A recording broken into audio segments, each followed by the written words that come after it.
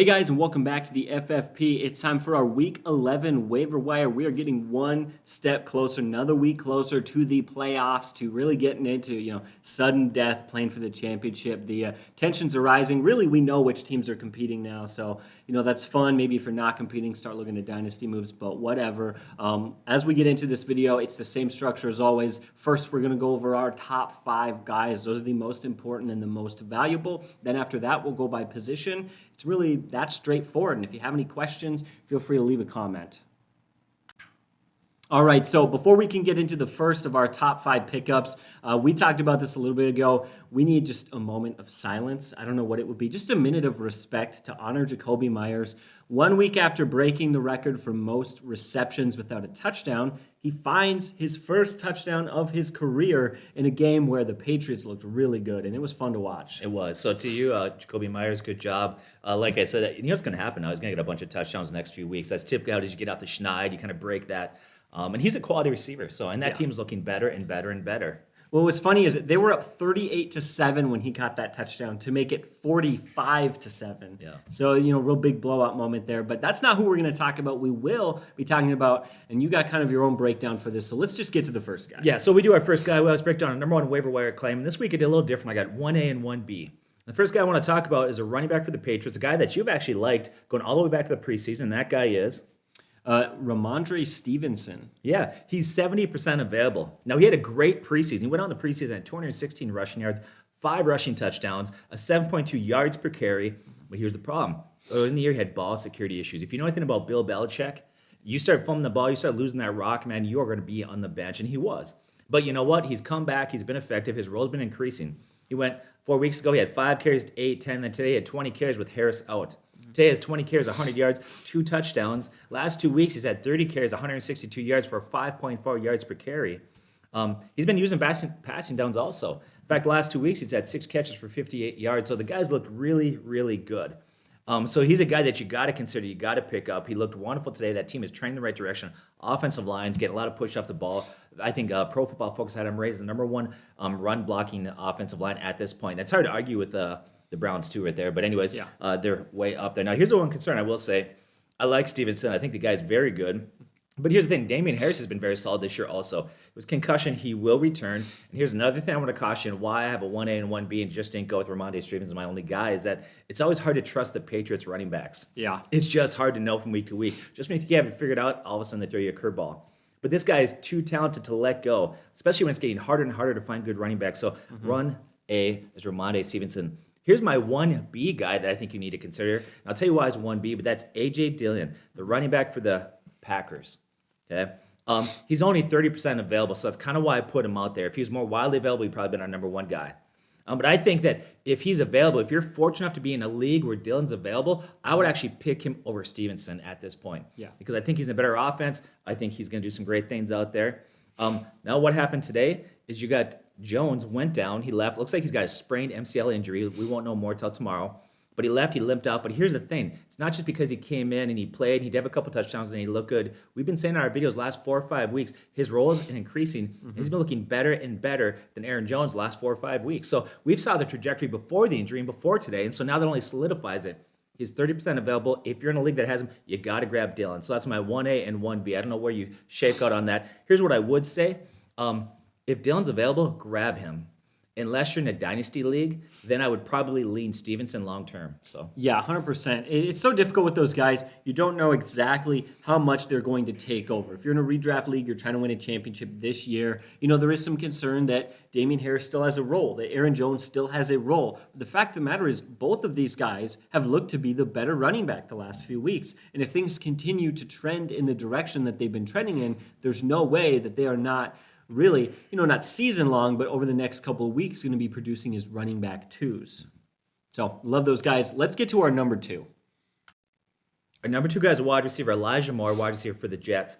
49% available out there. Now, he didn't have a huge game today, but that Bills defense is very, very good. In fact, last week they laid an egg. They got beat by the Jags, but their defense played great. Yeah. That defense is no joke. But he did find the end zone today. Now, 4 weeks in a row, he's had double-digit points in PPR scoring.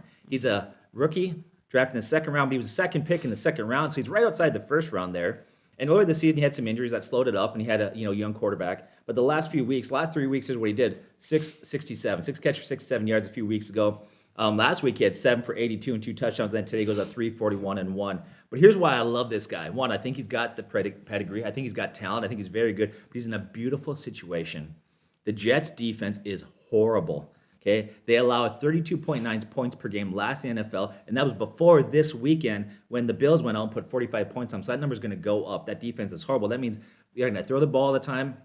It's a lot of passing attempts, a lot of playing from behind, a lot of garbage time stats. So I love the guy. I love his potential. I love the offense he's in simply because they're such a bad defense. So I love Elijah Moore. I can't believe that he's still out there in basically 50% of the leagues there. You grabbed him in a keeper league. Yeah. In fact, I want to talk to you about seeing if you're interested in maybe making a trade. I need like a third wide receiver, but we'll talk about this after the video. I like Elijah Moore. I don't know how you feel. No, here's the thing. You look at the 3 catches, 44 yards, and a touchdown. That doesn't look like a great day, but it's a fine fantasy day when you talk about what type of a matchup that was.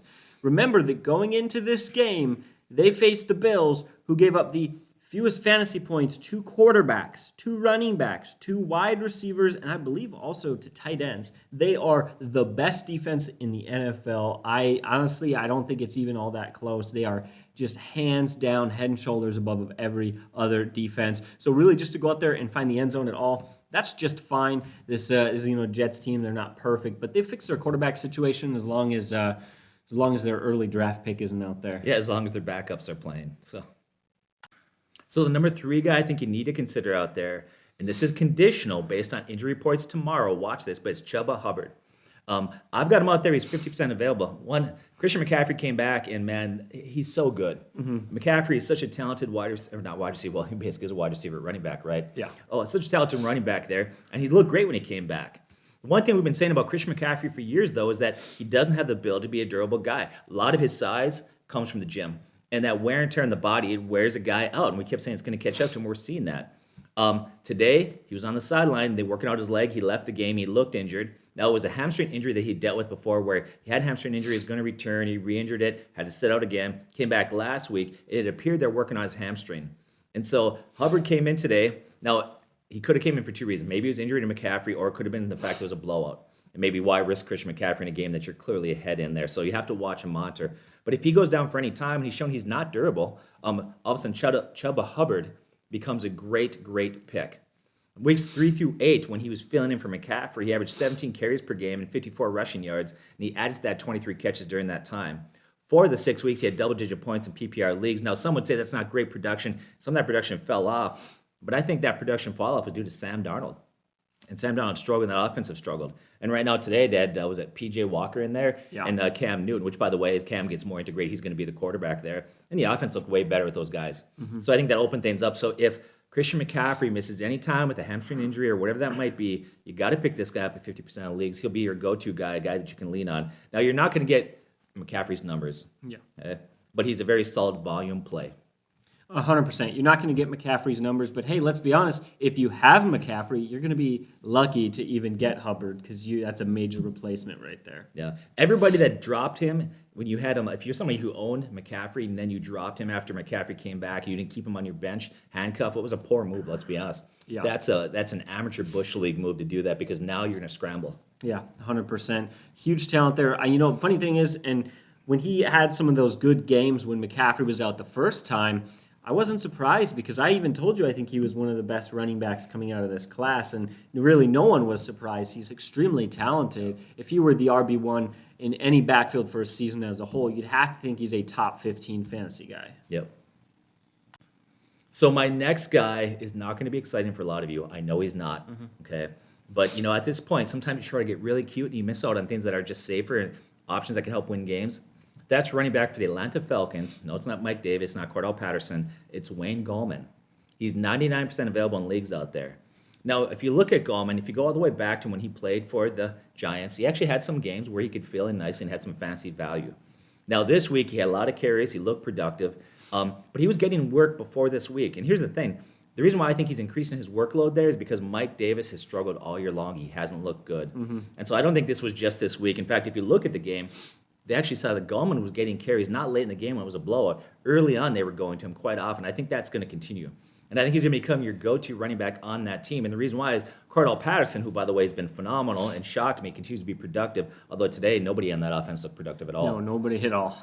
No. But I think what's going to happen there is because Ridley's out for a while there, that Cordell Patterson's going to line up at wide receiver. Somebody's got to get carries, and that guy's going to be Wayne Gallman. So once again, he's not exciting. He's not going to kill you. He's got a limited ceiling, but I think he's a guy that could have a safe floor and win you some games. So you got to look at Wayne Gallman. Watch that. I think Mike Davis's time there is pretty much washed up. I think he's going to get a few carries here and there, but I think they're kind of done with him. Yeah, no, I completely agree. There's not a high ceiling there, but we've talked about this over and over and over again. We're close enough to the season that teams are really starting to look towards the fantasy playoffs, but you got to get there first. Yes. Take it one step at a time. What do you know about the, sorry, struggling there. I was just thinking about that Atlanta backfield. I don't know a whole lot about their schematics and their coaching and the way they run that offense like I do maybe some other teams, but you definitely wonder if you might be a better fit for that backfield. And let's be honest, after that Cowboys game, you get blown out like that, you're probably wondering if maybe the Atlanta Falcons try to slow the pace of the next game a little bit. Yeah, you look at Wayne Gallman. He's a guy that can be out there in 3 downs. Like, he doesn't excel at anything, but he's quality across the board. He can run the ball and be decent. He's got good hands out of the backfield, so he can be out there in all 3 downs, and so you don't lose him when you fall behind. Yeah. So he's a guy. Don't overlook him, because I know a lot of people out there. I had a guy come recently complaining because he lost by like a point or 2. Yeah. And something like that, a small little adjustment or shift in your lineup can win you a game, and Wayne Gallman could be that guy if you have injuries or bye weeks, etc. So at our number 5 pick this week, and I cheated again. I put 2 guys in my 5 spot, and here's why I did that. To me, these 2 guys are very in a similar situation, and I think they have similar fantasy value. Mm-hmm. And I'll tell you why, and you tell me what you think in this. But here's the 2 guys that I have. Okay, I've got Freeman for the Ravens and Foreman for the Titans. And I think they have similar value there because I don't think either one of them are going to get all the carries. None of them are going to become the go-to guy. But I think here, let's start with Donta Foreman. 97% available. Last week, we said he looked better. Of all 3 of the backs there, we said, hey, he kind of looks the best. He had the most, jump in his step. He looked like he could be explosive there. He's younger than Adrian Peterson. Once again, I love Adrian Peterson, a Hall of Famer, but the guy's 36 years old. Yeah. Okay. Last week, Foreman looked the best of all 3 backs, and then subsequently this week, the Titans, he led the Titans in carries. So clearly, what we saw looks like what they saw also, that he looked best. He had 11 carries, looked like their best option. Adrian Peterson's 36 years old. Now, there's got to be regression at some point. Now, we'll give him another week or 2 to see. Maybe he's still got to get back into shape, get to learn the offense, etc. But he's not going to be the old Adrian. So today he goes out, Foreman goes out, he has 11 carries. He has 2 catches for 48 yards, which you love to see that. I love a back that can be out there on 3rd downs. He's a big physical back, 6'1", 235. So he's physical, had that wear and tear. If you go all the way back to his rookie season with the Houston Texans, he actually was looking pretty good near the end there. A lot of people love this guy, and then what happened? He comes out, has an Achilles injury. What they found out is with that Achilles injury, when he missed most of the years, and with the Achilles injury, unlike the ACL, it used to be the ACL was a devastating injury. A lot of guys come back fine with it. The Achilles actually looks like it's more difficult to recover from. Yeah. It really slowed him up. It looks like he's getting back to 100%. He looks good. And I think he's your guy there if you're going to pick a guy in that lineup. With that said, I don't think there's something going to just lean on him for 25 carries a game like they did Derrick Henry. No, the ceiling not there, obviously, like Derrick Henry, but you're looking to replace Derrick Henry, and he's the best option. I think he had a couple of catches as well, but really, this is a guy who, he has had the one injury, but the kind of nice thing about that injury was that he didn't really carry the ball a whole lot in his career now, so he's shown talent, he's got upside, but he doesn't have the whole body wear and tear, he just has the Achilles, so if the Achilles is fine, he's fine. Yep. So as a guy, I think they can bring value, but I do think there's a limited ceiling there because they're going to spread the ball around all 3 backs on that team. And that's why I tied him into Devontae Freeman, who's 41% available. We've been saying for a couple weeks that he looks, of all 3 of the backs, they're the best back. And he's a complete back, meaning that he can be in all 3 downs out there. Now, he's hardly looked dominant at this point, okay? He hasn't looked like the guy about 4 or 5 years ago had a phenomenal season there. And we know that Latavius Murray is going to return soon. Now, I think what's going to happen is he'll probably lead the backs in touches there, I'm guessing. But even if he does, Murray's going to get a couple carries, a couple touches. That's going to just devalue him a little bit there. So it's really hard to trust the usage in that lineup when you got Bell, Murray, and him all in the field. And so, especially when you also consider that offense. The best running back is not even those 3 guys. Who is it? Lamar Jackson. Lamar Jackson's their best running back. So, once again, I think that Freeman has some value there. He's had 26 carries the last 2 weeks, 7 catches with that. He had 3 weeks in a row where he had a touchdown before this weekend. So he looks good. He's at 5.2 yards per carry, a lot more effective than Murray's at 3.6. And so Murray's looked older and slower. It looks like, Father Time has finally caught up to him. And so if you have to put your money on a back in that lineup, I think Freeman can do it for you, but don't expect a lot. Yeah. But if you need a guy for a bye week or something along those lines, he could be that fill-in for you. And one of the things that really stands out to me about Freeman, and the thing that I like about him, this is a football knowledge thing, not necessarily a fantasy football knowledge thing, and I think at first people aren't going to believe me when I say this, so let me keep talking, let me back it up. But I think coach there, John Harbaugh, I think he loves to run with one back. And I know that sounds crazy because people think, wow, it's felt like a running back by committee over the last few years. No, it hasn't been a running back by committee. They just had a good starter and a really good backup who also could have been the starter. Yeah. But you've seen by choice throughout his career, he was perfectly fine when it was just Ray Rice or just whoever. He is perfectly okay doing that. Well, and I think the one thing that we see going back to Ray Rice, he wants a back that can be out there in all three downs. Yep. You got a guy like Gus Edwards. Gus Edwards actually ran the ball really well, but he wasn't great pass catching back. And so that's why I think with Dobbins, some other guys are really looking for a guy that can be out there and do that. And that's one thing that Freeman can do. All right, now, so let's get into the quarterbacks. We've talked about this before. We're going to bring it up in this video again. Rob, back me up on this one. There's quite a few weeks in the season now. We feel pretty happy, pretty confident at this point that we made the right decision to wait on our quarterbacks. Yeah, I did. I waited, and I'm doing just fine. I got Matthew Stafford in the trade. I streamed, et cetera. There's some guys out there. It's just not worth that high of a pick when you need so many other things. And from week to week, it's the one position I think is the easiest to stream as far as matchups go. Yeah, so when we look at it, now this is a waiver wire video, not a start sit video, so I'm not going to get into any of their individual matchups, but there are a lot of great 1 week plug and play quarterbacks. We're not going to talk about that, and I'll be honest, I look at the waiver wire and don't see a quarterback that I just love. But here's the thing, even of those guys who were drafted early, you loving Pat Mahomes at this point. Looks like he's struggled. Even Josh Allen's had some off games. There have been a lot of things going on there where it's like Russell Wilson was terrible today. You go down there, every top quarterback's had a bad week. Yeah. So, I'd rather be taking waiver wire quarterbacks going week to week than picking a QB in round 4 or 5 or 6. And now I'm, kind of regretting it. So I don't necessarily love these guys, but let's get into them. They do have value and they are worth picking up. But we will clarify, not more than those other positions. I'm going to go for a receiver. I'm going to go for a running back with my waiver priority first. First guy we want to talk about is Derek Carr. He is 21% available, and he's averaging over 19 fantasy points a game. This is an offense that relies on him to throw the ball a ton, and really a team as a whole. The veteran quarterback who's been around for a while, and there's a lot of fantasy value there. Again, don't absolutely love him. He's no Josh Allen, but there's no arguing that the fantasy production has been there. 19 points a game, hard to argue with that. Yep. Some other quarterbacks there. What about Ryan Tannehill? He's got 4 rushing touchdowns in the last 5 games. He's actually always been a somewhat mobile quarterback. And the Titans, you saw it last game. What did they do? They gave him a designed run in the red zone. They're perfectly okay with him running because they're trying to play for a Super Bowl right now, so they're going to let him sacrifice his body all he wants to. So yeah, that's a team, by the way, that just keeps rolling and rolling. And they lose Derrick Henry, doesn't matter. Their defense is looking way better. And then we thought, we're going to throw the ball more, but then Julio Jones is out this week again because the guy can't stay healthy. Doesn't matter. They just keep winning. Yeah, well, that's exactly it. On the season, he is 17th in passing attempts, which means, the fantasy value hasn't quite been there, but the volume hasn't been there. Volume should definitely be there now, in the next 4, 5, 6 games of the season. They're going to need him to throw to win games. So Ryan Tannehill, guy looking for huge fantasy value there. We'll mention, what about Cam Newton? Now, he's 84% available. I'm not going to tell you to pick him up, but you do need to watch him. It's hard to argue with a guy who has 2 touchdowns in the first half of his game back, and in that, they went up 20-0 versus the Cardinals in that first half. They really like to use Cam Newton, and you said it earlier. I don't know how good he's going to be. I don't necessarily think he's going to be a reliable starting QB, but he'll probably be a plug-and-play option, and you said it. He's going to be the starter there, don't you think so? They brought him into play. Yep. So there's one more guy, but I saved the best for last. I told you this earlier. I wish we had a football video or a football channel so we just talk some football because we don't really get to get into it a whole lot. But the Patriots, man, they're looking good. 6-4 with a rookie quarterback. It seems like they're getting better. Great defense. They're really just a wide receiver one away from being a great football team.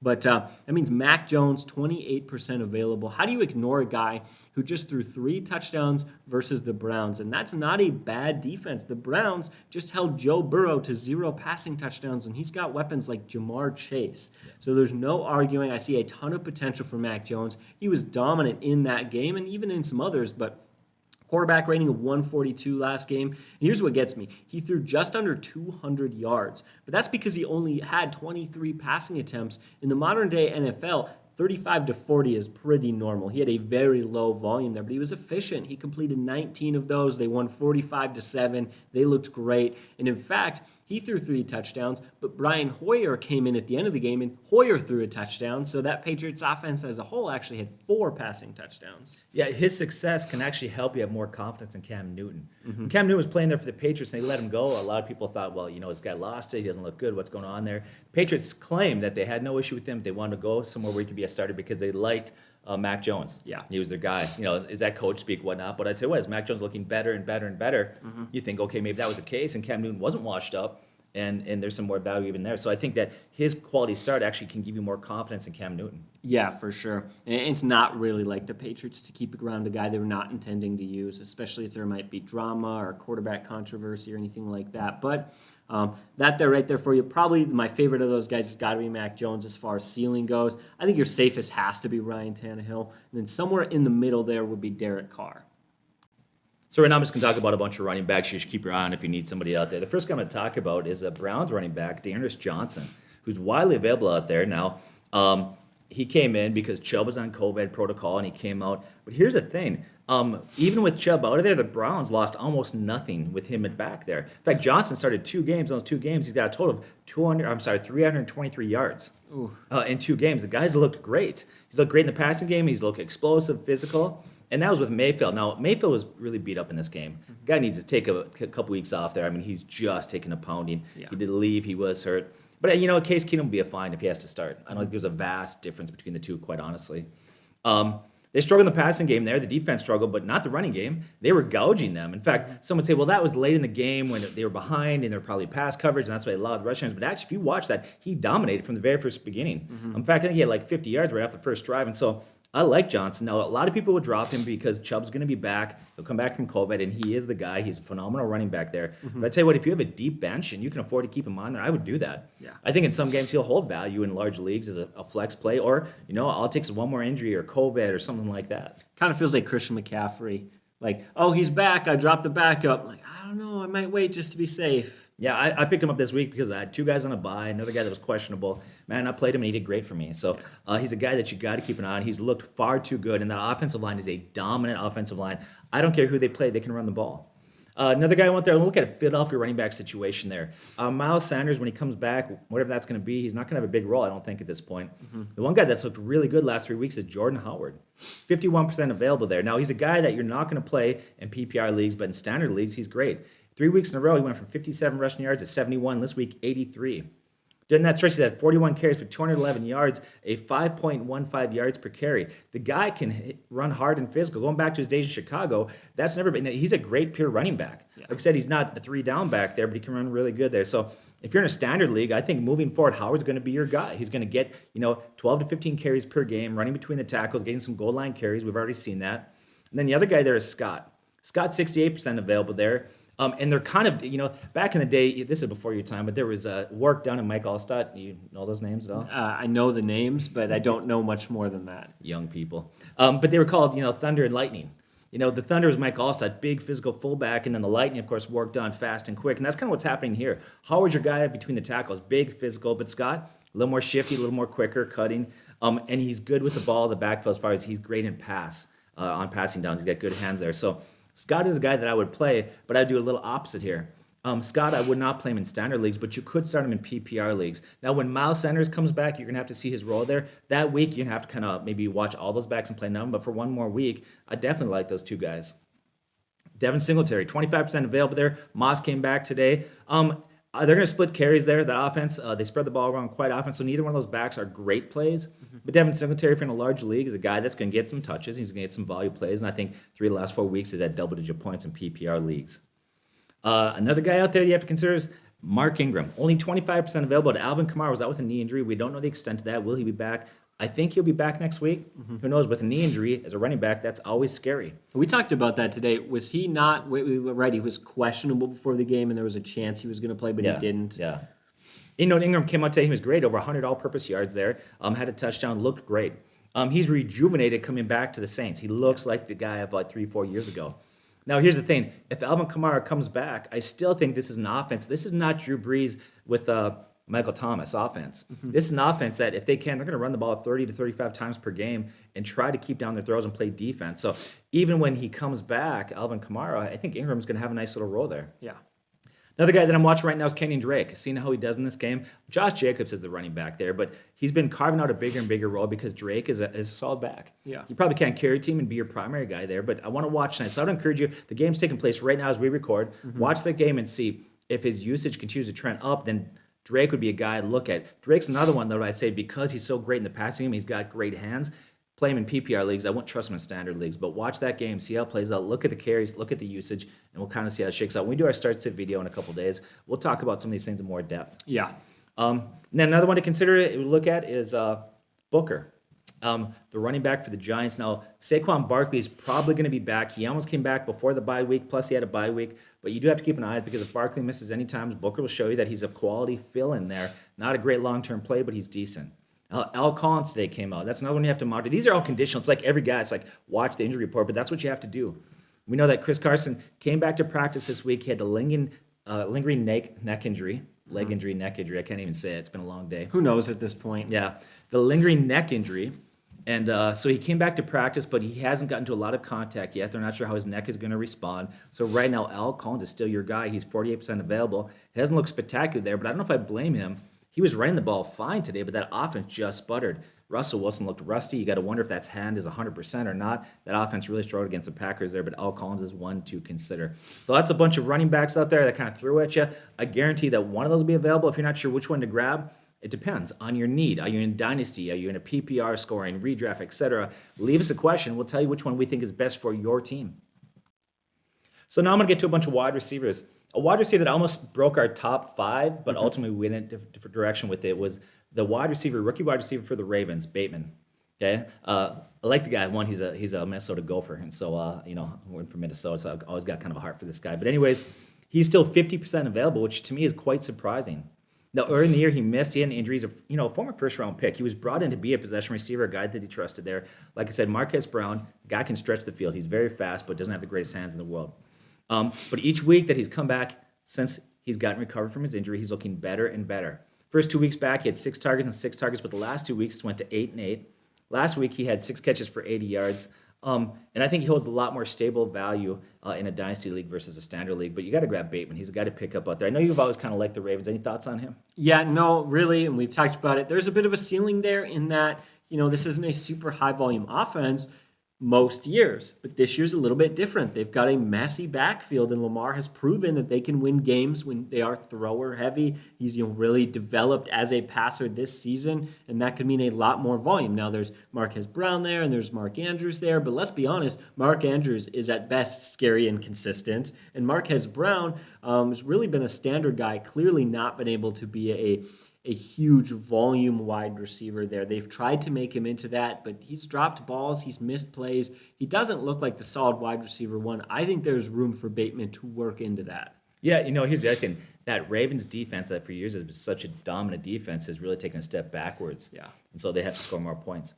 Another guy to consider out there that's not an exciting pick, but is Hunter Renfrow. 26% available out there. Great PPR play, especially now that Ruggs is gone. Week in and week out, he should be a wide receiver 3. You should start him in your lineup. I started him last week. He was huge for me.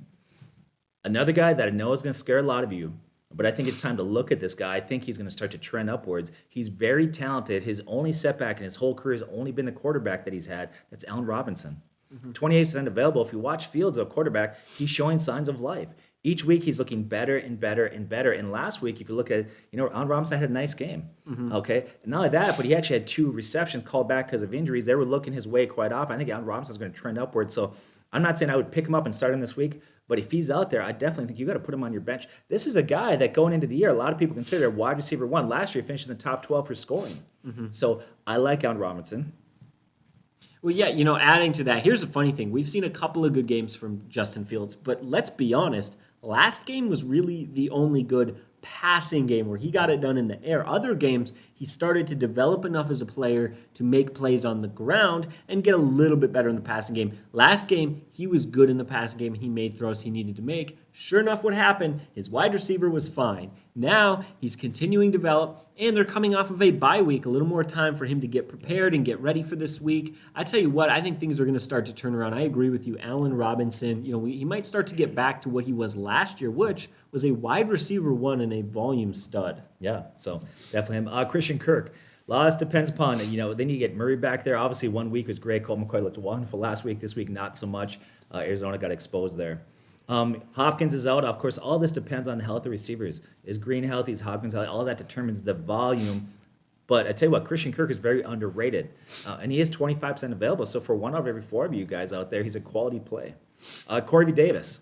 Now, that's another Jets wide receiver, but I think there's not volume for both guys there because that defense is so bad. Corey Davis is a former first-round pick, 35% available out there. He's had 4 good games this year, and he's had 3 not-so-good games. But the real issue with him this year has been staying healthy more than anything. But they have a brutal defense, so I love where he's at. I think Corey Davis, along with Elijah Moore, I think they both can be sustainable plays as wide receiver 3s. And then Van Jefferson. I'm just going to quickly run off a couple more guys there. We have to watch Monday night. I'm excited to watch the game to see. I've got Matthew Stafford. I'm excited to see what Odell Beckham role is going to be there. Yeah. Here's what I would say. Van Jefferson might be the guy that's going to get those extra targets and become valuable. He is 44% available. Mm-hmm. With that said, here's what you need to consider. Tomorrow night, you can't judge Odell Beckham's long-term usage. Here's why. He just got there. He's learning the offense. So he may not, you're going to need 2 weeks to really figure out what's going to be Beckham, Jefferson, what's the role going to be, who's going to get the majority of the targets there. But keep an eye on that game tomorrow night. I'm excited to see that. I don't know if you have any thoughts on that game. Nope, that sounds good to me. And then you got Kadarius Toney, the wide receiver, first-round pick for the Giants, 54% available there. He's kind of up and down. I don't know if it's him so much. I think it's more that offense, some other factors there. But he's got huge dynasty value. This guy is off the charts good. If you're in a dynasty league and if he's not on your bench, shame on you. Grab him. We talked about Agnew out there as a guy. That one's less exciting for me for the Jaguars, but he did have a big day today. He's at double-digit points for the last 5 weeks in PPR scoring. Yeah. So he's not a fun or exciting pick, but if you're in a pinch, he's a guy to look at. There's a guy that I like. I'm looking at a sleeper more for next year, but if you're in a dynasty league, watch this guy. Put him on your watch list. Nico Collins, a wide receiver for the Texans. I like him. He's getting better and better. And then you got Ray McCloud. And when I say that, it makes me think of the skit they did on what was that show? The East and West Bowl, Key and Peele. Yeah, Ray McCloud. So, but Ray goes out today. He has 12 targets. That's a lot. 9 catches, 63 yards. Now, there was Chase Claypool was out. So if Chase is back, obviously he's not going to be a thing. If Chase misses another game, I think Ray could be your guy. Another guy to keep an eye on there is Robbie Anderson. He's had a brutal year, but I tell you what, today he had a little bit of life. He looked a little bit better. With Cam back there, that whole offense looked better. So just kind of watch him. I wouldn't pick him up yet, but keep an eye on Robbie Anderson. Yeah, well, sure enough, that's funny. Robbie Anderson was the best receiver there last year, right up there with even DJ Moore. And then they switched quarterbacks, and that was the problem. So maybe switching back is the solution for his fantasy value. All right, let's get into the tight ends now. It's just like the last few weeks. You know what? There's no one out there that's highly available and very valuable. So I'm going to talk about a lot of players, and hopefully I find one that's a good fit for you. This fits into the contextualize it based off of your league. Sometimes if you throw enough lures out, you'll finally catch a fish. Maybe it's not about having the right technique. So that's what we're going to do right now. First guy, Dawson Knox, 26% available. I think a lot of people got excited. First game back from injury. What's he going to do? Oh, he only had 1 catch in his first game back. What's going on there? Is that a problem there? I even thought myself, is he hurt? No, I don't think that's the case. You know what I think was the case? You know what hurt his fantasy value? The blowout? They obliterated the Jets. It was ugly. It was horrendous. They won 44-10. And the Jets had a last-second touchdown. Yeah. And not only that, it's the way that they won. 4 rushing touchdowns and 5 turnovers. Oh, yeah, and then Stephon Diggs was hogging up the passing game, 8 catches for like 160 yards and a touchdown. They just didn't need him, and it's his first game back from injury. So, yeah, they probably just were going, you know what, we're going to let him rest a little more. Another guys we'll look at there, what about Rob Gronkowski? He's only 15% available. Bruce Arians did say that he is should be back to normal and 100% within 2 weeks. That's great news. Of course, go back to the first couple weeks of the season. Before he got hurt, he was the number 2 fantasy tight end. In fact, go back to the Super Bowl, And the first 2 games of this season, in those 3 matchups, he had 6 touchdowns. He's been wildly productive. So Rob Gronkowski, a guy that, it's only 15% available, but when he comes back, it's hard to argue with his production there.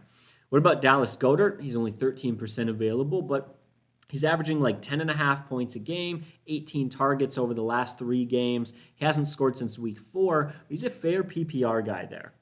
Hunter Henry, what about him? 7 touchdowns in 7 games. He had 2 touchdowns last game. Their quarterback's looking better. Their offense is looking better.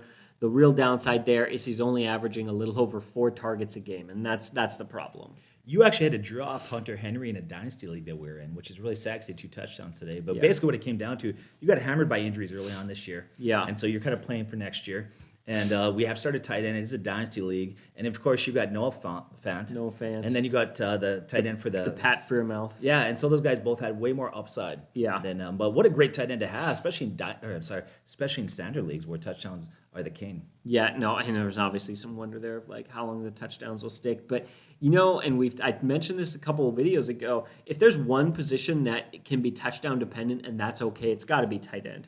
You remember when Jimmy Graham wasn't even good and he played for Seattle and he still had 8 touchdowns in 8 games? Yeah. Here's the thing I think right now. You're right. His targets are low and his yards are low. He's not going to get a touchdown every game. But I think as Mac Jones continues to evolve and get better as a quarterback, touchdowns may not be there. But I also think you're going to see a bump in his catches and yards that the offense gets more proficient. Yeah. Looking at some other guys, what about Pat Freiermuth? He has looked really good over the last couple of games. I believe it's the last 3 games there. 20 targets, 18 catches, 145 yards, and 3 TDs.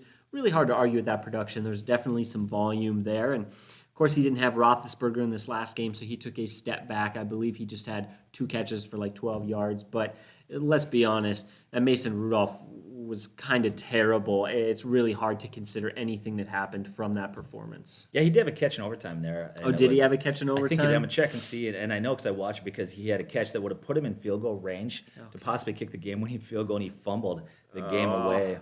He finished the game with 5 for 31, actually. 5 for 31. So, still some volume there. Yeah. Not big on the yardage. And that kind of lines up with what he has been doing. He's been seeing a fair amount of looks his way, and he'll get better with Roethlisberger back.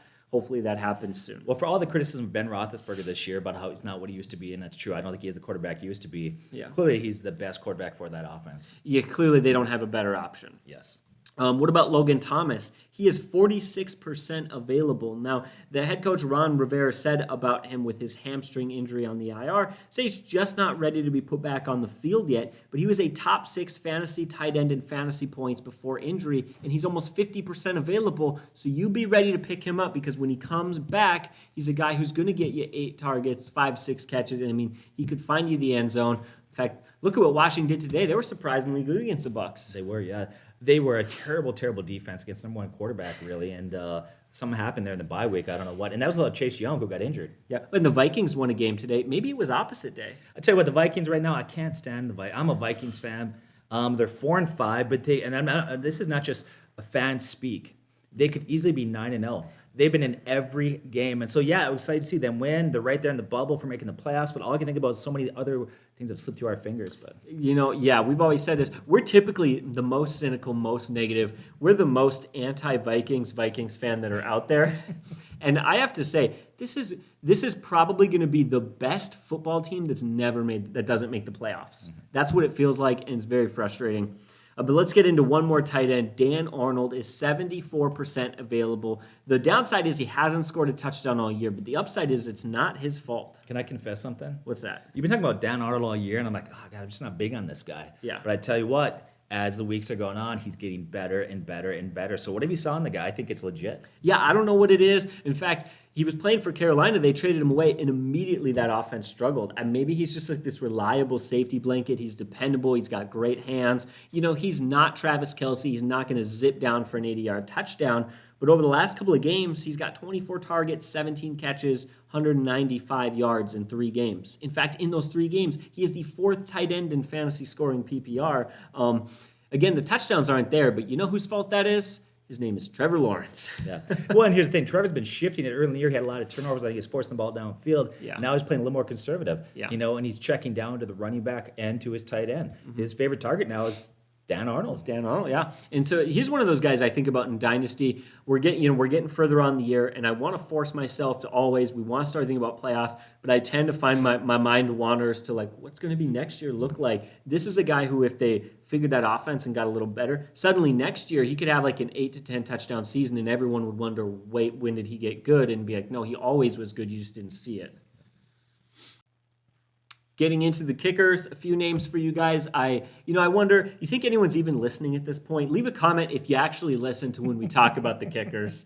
Because let's be honest, and I'll just say it, if I don't really at this point because we're so busy doing our own research and our own work, but if I watched another fantasy football channel like I did before we started our own, I would just skip over the kicker stuff. Nobody enjoys that. Here's the thing. I don't quite get it. I love kickers. I got Bass. I always like to get a good kicker. I play daily fantasy, and I wish that you had to draft a kicker. You don't.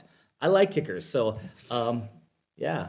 Yeah, so here's a few options for you. Nick Folk, 32% available. He is number one in fantasy points. In fact, he's a guy who he's made a lot of field goals, just pure volume playing there for the Patriots. That offense is getting better, and when I watch those games, he's kicking a lot of field goals. He's kicking easy field goals. I love the Patriots. Most kickers, they don't let them kick until they need to kick. They don't let them kick unless it's a 50-yarder and they don't want to punt. He's kicking like 30 to 40-yard field goals. Just give me field goals. You got to love it. Perfect situation to be in there. I don't think as a kicker you could ask to be in a different team. What about Greg Joseph for the Vikings? He is third in fantasy points per game, and he's 56% available. Why is he in the top 25% of kickers, of starting kickers, that is, not just kickers, but starting kickers, and over half of all leagues, he's not owned. It just doesn't make sense to me. Again, we talk about this every week, but there's so many options out there. Daniel Carlson or Randy Bullock. There's a guy I really like. He's had a few monster games recently, and it's 79% available. It doesn't make sense to me, and something recently happened to that Titans team that I think is going to ensure he'll see more field goals. What is that? Injury to Henry. You got to love it. Stalling out in the red zone. Perfect. They're going to march down the field and not score a touchdown. That is just a dream for kickers right there. So, of all those waiver wire pickups, I think Randy Bullock's got to be the best guy. Mm-hmm. Maybe we should have put him in our top 5. Kicker in the top 5. Kicker in the top 5. No, but there's value there. There's a couple options for you. And let's be honest, based off of what I've talked about the last few weeks, I know there's a few more options that are highly available, but let's get into the defenses. All right, getting into the defenses here, I got 5 names for you to consider. One, the Cardinals, they are 9% available. When they get Kyler Murray back, they're going to bounce back to being a very good fantasy defense, and they're out there for basically 1 out of every 10 of you. I know that's not a ton of you, but I do want to mention it because, again, for a team that's up there in the top 2 in fantasy points for defenses, they should be 99% owned, and so go ahead and pick them up. What about the Patriots? Now, they're 14% available, similar situation, but they're a great defense, and their defense is getting better for fantasy as that offense is getting better, and they're just sticking it to some teams. It's crazy what your defense can do when they get a little rest time. Yeah. And that was really their problem at the beginning of the year. Yeah, and plus when the other teams have to throw the ball, and they can pin their ears back and bring some pressure. Uh-huh.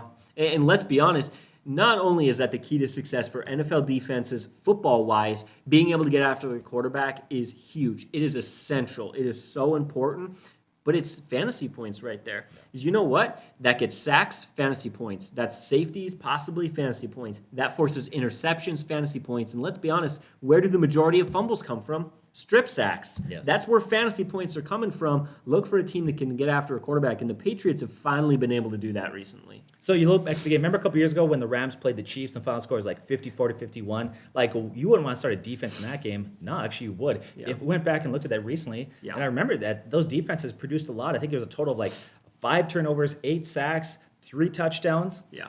They actually had good fantasy stats, even though obviously they give up a ton of points. It was a fun game to watch. Moving on to some more defenses. What about the Cowboys at 27% available? Just go back and watch that Falcons game. You'll see what I mean when I say they've got some real fantasy potential there. And they are one of those teams that does something a lot of teams aren't doing better than any other team in the league right now. They're picking off quarterbacks. They're getting interceptions there with Diggs. And do you know that he's related to Stephon Diggs? I didn't know that, but I'm not surprised. He's got 8 right now, interceptions on the year, on pace to break the record. This guy is crazy. Oh my goodness, it's insane. What about the Titans at 40% available? Do I need to tell you that they're playing better recently? No, I don't. And then finally, the Dolphins, they're 75% available. Not the best fantasy defense, but they have played better recently. Go back to last year, they've shown signs of having a defensive-minded coach, very talented players on the defensive side of the football, especially their cornerback, their Howard, is very skilled. So, maybe they figured some things out. Maybe they're one of those teams that suddenly gets red hot down the stretch. Not necessarily saying they're going to compete for a Super Bowl, but that defense could be very fantasy relevant, come fantasy playoff time. Yeah, that defense and that team as a whole is going to be a lot better with Tua. Tua came in the game that he wasn't supposed to. Brissett went down, could have returned, he didn't. Tua's just a better quarterback. Oh, yeah. And they need him all around. I like what you said. He's one of those things, he's like a morale boost. Like, suddenly the defense played better when he went out there. Like, everything just switched. Yeah. Thank you once again for joining us for our waiver wire video. We would love for you to leave a comment, like, subscribe, share the videos. Love interaction with you guys out there. I hope you're having a good year. Once again, God bless and take care.